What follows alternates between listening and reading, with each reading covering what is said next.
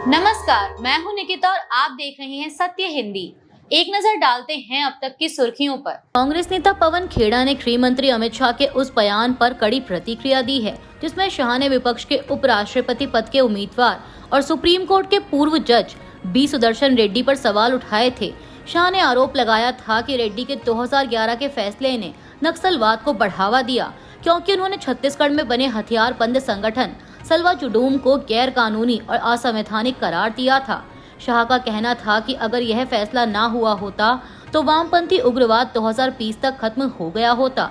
इसके जवाब में खेड़ा ने कहा कि अगर सरकार को लगता है कि फैसला गलत था तो सुप्रीम कोर्ट में चुनौती देनी चाहिए, न कि किसी जज का चरित्र हनन करना चाहिए।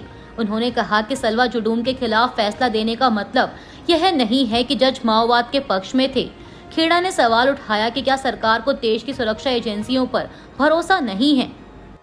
छात्रों का गुस्सा सड़कों पर फूट पड़ा।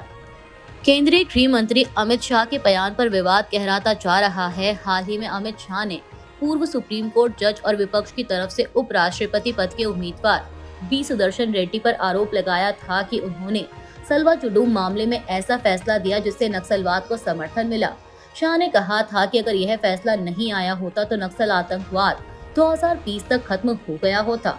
वहीं अब इस पर 18 रिटायर्ड जजों ने कड़ी आपत्ति जताते हुए कहा कि शाह का बयान दुर्भाग्यपूर्ण है और उन्होंने सुप्रीम कोर्ट के फैसले की गलत व्याख्या की है। जजों ने साफ किया कि यह फैसला नक्सलवाद का समर्थन नहीं बल्कि संविधान और मानव अधिकारों की रक्षा के लिए था। उन्होंने चेतावनी दी कि किसी बड़े नेता द्वारा कोर्ट के फैसले की गलत व्याख्या न्यायपालिका की स्वतंत्रता पर बुरा असर डाल सकती है। सुप्रीम कोर्ट ने साल 2011 में आदेश दिया था कि आदिवासी युवाओं को हथियार देकर नक्सलियों से लड़ाना असंवैधानिक है और सलवा जुडूम को भंग करने का निर्देश दिया था। जस्टिस रेड्डी ने भी कहा कि फैसला उनका व्यक्तिगत नहीं बल्कि सुप्रीम कोर्ट का था। अगर शाह पूरा फैसला पढ़ते तो शायद ऐसा बयान नहीं देते। नई दिल्ली में सोमवार को संयुक्त किसान मोर्चा ने केंद्रीय कृषि मंत्री शिवराज सिंह चौहान को ज्ञापन सौंपा। इसमें 3 मुख्य मांगे रखी गयी। सभी फसलों के लिए MSP की कानूनी गारंटी, भारत अमेरिका व्यापार समझौते से कृषि, डेयरी, पोल्ट्री और मत्स्य पालन को बाहर रखना और 2020-21 किसान आंदोलन के दौरान दर्ज मामलों की वापसी। ज्ञापन जंतर मंतर पर आयोजित किसान महापंचायत के दौरान दिल्ली पुलिस को सौंपा गया। भारी बारिश और पुलिस जांच के बावजूद हजारों किसान इसमें शामिल हुए। SKM नेता जगजीत सिंह डल्लेवाल ने कहा कि MSP की मांग पूरे देश के किसानों की है, न कि केवल पंजाब और हरियाणा की। महापंचायत में पंजाब, हरियाणा, उत्तर प्रदेश, महाराष्ट्र, मध्य प्रदेश और तमिलनाडु के किसान नेता शामिल हुए। कार्यक्रम शांतिपूर्ण रहा और सुरक्षा के लिए लगभग 1200 पुलिसकर्मी तैनात किए गए थे। यह सभा दिल्ली सीमा पर चले 1 साल लंबे किसान आंदोलन के करीब 4 साल बाद हुई। भारत और अमेरिका में बढ़ते व्यापारिक तनाव के बीच प्रधानमंत्री मोदी ने गुजरात में कहा कि चाहे कितना भी दबाव आए, भारत इससे बाहर निकलने का रास्ता ढूंढ लेगा। PM मोदी ने लघु उद्यमियों, दुकानदारों, किसानों और पशुपालकों को भरोसा दिलाया कि उनकी सरकार कभी उनका अहित नहीं होने देगी। PM मोदी ने कहा कि आज दुनिया अपने अपने आर्थिक स्वार्थ में लगी है, लेकिन उनकी सरकार छोटे व्यापारियों और किसानों के हित को सर्वोपरि रखती है।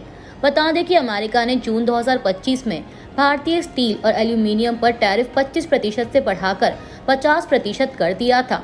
इसके बाद भारतीय उत्पादों पर भी 25% टैरिफ लगाया गया और अगस्त में रूस से तेल खरीदने पर और 25% शुल्क बढ़ाया गया, जो कि 27 अगस्त से लागू होगा। इसी बीच प्रधानमंत्री ने कहा कि गुजरात तेजी से मैन्युफैक्चरिंग हब और इलेक्ट्रिक व्हीकल उत्पादन का बड़ा केंद्र बन रहा है। दक्षिणी गजा पट्टी में एक अस्पताल पर इस्राएली हमले में कम से कम 20 लोगों की मौत हुई है, जिनमें 5 पत्रकार भी शामिल हैं। रॉयटर्स ने पुष्टि की कि उसके कैमरामैन हुसैन अल मसरी की मौत पहले हमले में हुई। मरियम दग्गा, जो फ्रीलांस पत्रकार थी, AP से जुड़ी हुई थी। मोहम्मद सलामा अल जजीरा और मिडिल ईस्ट आई के लिए काम कर रहे थे, जबकि अहमद अबू अजीज मिडिल ईस्ट आई से बतौर फ्रीलांस जुड़े थे। मुआत अबू ताहा के संगठन की अभी पुष्टि नहीं हुई है। हालांकि शुरुआती रिपोर्टों में उन्हें NBC से जोड़ा गया था, जिसे चैनल ने खारिज कर दिया। फॉरेन प्रेस एसोसिएशन ने इस घटना को कसा युद्ध शुरू होने के बाद पत्रकारों पर सबसे घातक हमला बताया है और इस्राएली सेना व प्रधानमंत्री कार्यालय से तुरंत स्पष्टीकरण मांगा है। वहीं इस्राएली डिफेंस फोर्सेस यानी IDF का कहना है कि वह पत्रकारों को निशाना नहीं बनाती। केंद्र की मोदी सरकार द्वारा संसद में पेश किए गए 130वें संविधान संशोधन बिल पर हैदराबाद सांसद असदुद्दीन ओवैसी ने कड़े सवाल उठाए हैं। इस बिल में प्रावधान है कि अगर प्रधानमंत्री, मुख्यमंत्री या कोई मंत्री किसी गंभीर अपराध में 30 दिन जेल में रहता है तो भले ही अपराध साबित ना हो, उसे पद से हटाया जा सकता है। ओवैसी ने कहा कि सरकारी एजेंसियां केंद्र सरकार के आदेश पर काम करती हैं और जब तक उनकी नियुक्ति स्वतंत्र रूप से नहीं होगी तब तक यह सवाल उठते रहेंगे कि वे सरकार के इशारे पर काम करती हैं। उन्होंने संविधान का हवाला देते हुए पूछा कि राष्ट्रपति, जो मंत्रिपरिषद की सलाह पर काम करता है, वह प्रधानमंत्री को कैसे हटा सकता है। ओवैसी ने इसे संविधान के साथ टकराव की स्थिति बताया। इस बिल को लेकर संसद में जमकर हंगामा भी हुआ था, जिसके बाद इसे संयुक्त समिति के पास भेजा गया। हालांकि टीएमसी, समाजवादी पार्टी और शिवसेना यूबीटी ने समिति में शामिल होने से इनकार कर दिया। सुप्रीम कोर्ट ने अशोका यूनिवर्सिटी के प्रोफेसर अली खान महमूदाबाद के खिलाफ दर्ज 2 एफआईआर पर अहम आदेश दिया है। कोर्ट ने एक एफआईआर रद्द कर दी और दूसरी में आरोप पत्र दाखिल करने व मजिस्ट्रेट की कार्रवाई पर रोक लगा दी। प्रोफेसर को मई 2025 में हरियाणा पुलिस ने सोशल मीडिया पोस्ट को लेकर गिरफ्तार किया था, जिसमें उन पर देश की संप्रभुता को खतरे में डालने और सांप्रदायिक सद्भाव बिगाड़ने जैसे आरोप लगाए गए थे। इस पर उनके वकील कपिल सिब्बल ने धारा 152 राजद्रोह के इस्तेमाल को बेहद दुर्भाग्यपूर्ण बताया। सुप्रीम कोर्ट ने एसआईटी की जांच पर भी नाराजगी जताई और कहा कि जांच का दायरा केवल एफआईआर तक सीमित रहे। कोर्ट ने प्रोफेसर को जमानत की राहत और लेख लिखने की अनुमति दी। यह मामला अभिव्यक्ति की आजादी और राष्ट्रीय सुरक्षा के बीच संतुलन पर गंभीर सवाल खड़ा करता है। दिल्ली हाई कोर्ट ने सोमवार को मुख्य सूचना आयोग सीआईसी के उस आदेश को खारिज कर दिया जिसमें दिल्ली विश्वविद्यालय को प्रधानमंत्री नरेंद्र मोदी की डिग्री का विवरण आरटीआई के तहत सार्वजनिक करने को कहा गया था।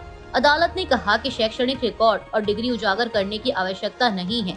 यह मामला 2016 में दायर आरआईटी से शुरू हुआ था, जिसमें 1978 के डीयूपीए पास छात्रों का रिकॉर्ड मांगा गया था।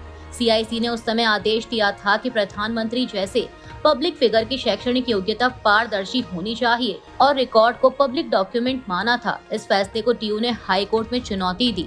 विश्वविद्यालय का पक्ष रखते हुए सॉलिसिटर जनरल तुषार मेहता ने तर्क दिया कि हजारों छात्रों की निष्ठा जनता के जानने के अधिकार से अधिक महत्वपूर्ण है और जानकारी साझा करने से गलत मिसाल बनेगी, जबकि कार्यकर्ताओं का कहना है कि डिग्री राज्य द्वारा दी जाती है और यह निजी मामला नहीं है। माना जा रहा है कि अब यह मामला सुप्रीम कोर्ट तक जा सकता है। सुप्रीम कोर्ट ने स्टैंड अप कॉमेडियन समय रैना और 4 अन्य कॉमेडियंस को विकलांग व्यक्तियों का मजाक उड़ाने के लिए सभी सोशल मीडिया प्लेटफॉर्म्स और यूट्यूब चैनलों पर साफ तौर पर माफी मांगने का आदेश दिया है। कोर्ट ने कहा कि कॉमेडी के नाम पर किसी समुदाय की गरिमा को ठेस नहीं पहुंचाई जा सकती।